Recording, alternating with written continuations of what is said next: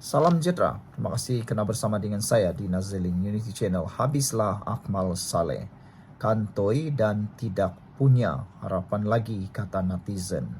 Semua ini datang daripada keputusan penganalisis politik yang menyatakan kenyataan. Seorang penganalisis politik menyatakan Akmal Saleh sebenarnya tiada asas sentuh pengampunan Anwar dalam kes Najib.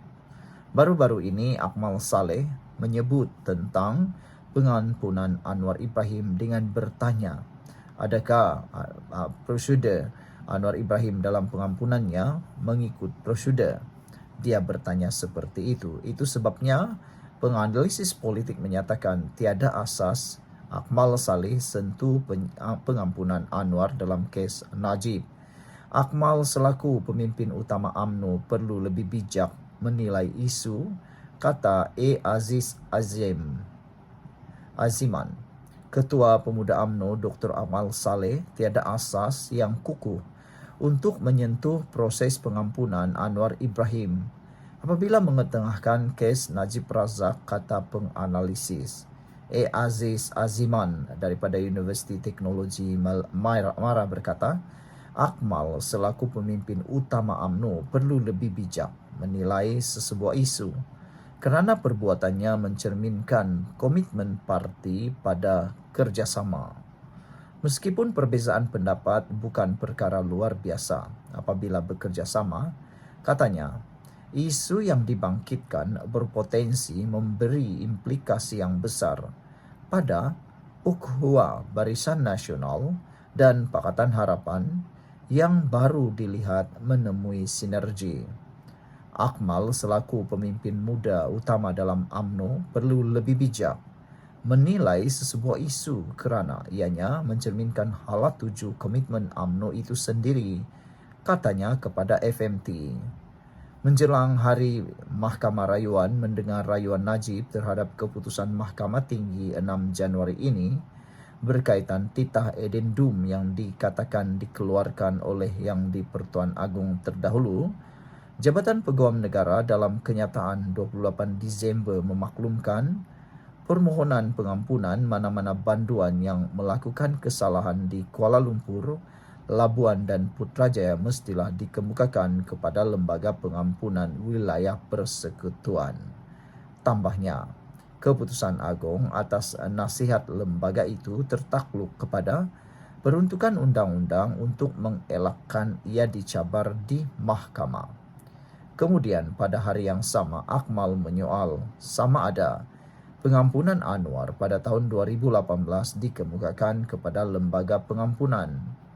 Perbuatan Akmal mengundang kritikan Ketua Pemuda PKR Adam Adli Abdul Halim yang mengingatkan Akmal bahawa Mahkamah Rayuan pada 2021 membatalkan saman mempertikaikan pengampunan tersebut.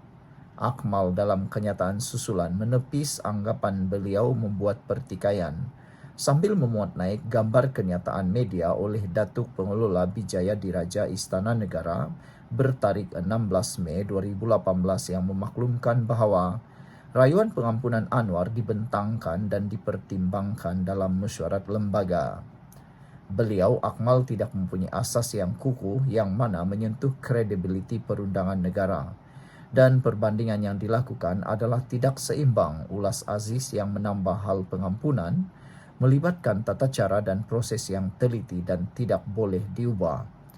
Nak bandingkan Anwar dengan Najib, sekurang-kurangnya Anwar jalani penjara lebih 6 tahun, katanya. Urus Setia Lembaga Pengampunan Bahagian Hal Ehwal Undang-Undang Jabatan Perdana Menteri pada 2 Februari lalu mengumumkan hukuman penjara ke atas Najib dikurangkan daripada 12 tahun kepada 6 tahun, manakala denda yang perlu dibayar Najib dikurangkan daripada 210 juta kepada 50 juta ringgit. Mahkamah Tinggi menjatuhkan hukuman penjara 12 tahun dan denda 210 juta kepada Najib pada Julai 2020 selepas bekas Presiden UMNO itu didapati bersalah atas masing-masing 3 pertuduhan pecah amanah dan penggubahan wang haram serta 1 pertuduhan salah guna kedudukan berkaitan dana RM42 juta milik SRC Internasional. UMNO sepatutnya membuat ideologi dan komitmen yang lebih serius. UMNO bukannya parti untuk membebaskan seorang panduan, kata Aziz. Sekian untuk kali ini, jangan lupa tinggalkan komen Anda. Salam sejahtera, terima kasih kerana bersama dengan saya di Nazlin Unity Channel. Heboh di media sosial menyatakan kononnya Anwar Ibrahim akan memecat beberapa orang menteri dan termasuk menteri daripada UMNO serta PKR dan DAP. Dari mana kebenaran ini? Dari mana semuanya ini timbul? Di awal tahun 2025, Anwar Ibrahim telah menghantar satu post di media sosial beliau menyatakan tentang clean up, new clean up 2025. Disitulah bermulanya beberapa ramalan daripada netizen dan pengulas politik. Kononnya Anwar Ibrahim akan membuat rombakan kabinet, memecat beberapa orang menteri. Hari ini sekali lagi kita mendapat seperti satu hint terbaru bahawa akan ada rombakan kabinet, senarai kabinet yang mungkin akan dipecat oleh Anwar Ibrahim. Pada pendapat anda semua, adakah beberapa orang menteri dalam kabinet kerajaan perpaduan ini yang patut disingkirkan? Siapakah senarai yang patut disingkirkan daripada senarai kabinet tersebut? Ada beberapa orang juga menteri yang sebenarnya kelihatan macam diam-diam tidak berisi. Hari ini, Anwar Ibrahim kata kerajaan adakan sesi pemukiman kabinet kali ketiga tak lama lagi. Wah, adakah ini satu hint, satu petanda bahawa akan ada rombakan kabinet secara besar-besaran? Sesi pemukiman kali ketiga Jemaah Menteri Kerajaan Madani akan diadakan dalam tempoh terdekat, kata Perdana Menteri Anwar Ibrahim. Menurut Anwar Ibrahim, sesi pemukiman itu bukan sekadar untuk mencatat kejayaan yang telah dilakar, tetapi juga menjadi platform untuk barisan menteri membaiki kelemahan dalam pentadbiran ketika ini. Dan ada tahap kesungguhan yang harus ditingkatkan oleh jemaah menteri. Dan saya percaya pemukiman ini tidak seharusnya berhenti pada tahap itu sahaja, kata Anwar Ibrahim. Tetapi seterusnya diikuti oleh ketua-ketua setiausaha kementerian dan ketua-ketua pengarah, katanya ketika berucap pada Perhimpunan Bulanan Jabatan Perdana Menteri di Putrajaya hari ini. Turut hadir Timbalan Perdana Menteri Ahmad Zahid Hamidi dan Ketua Setiausaha Negara Samsul Azri Abu Bakar.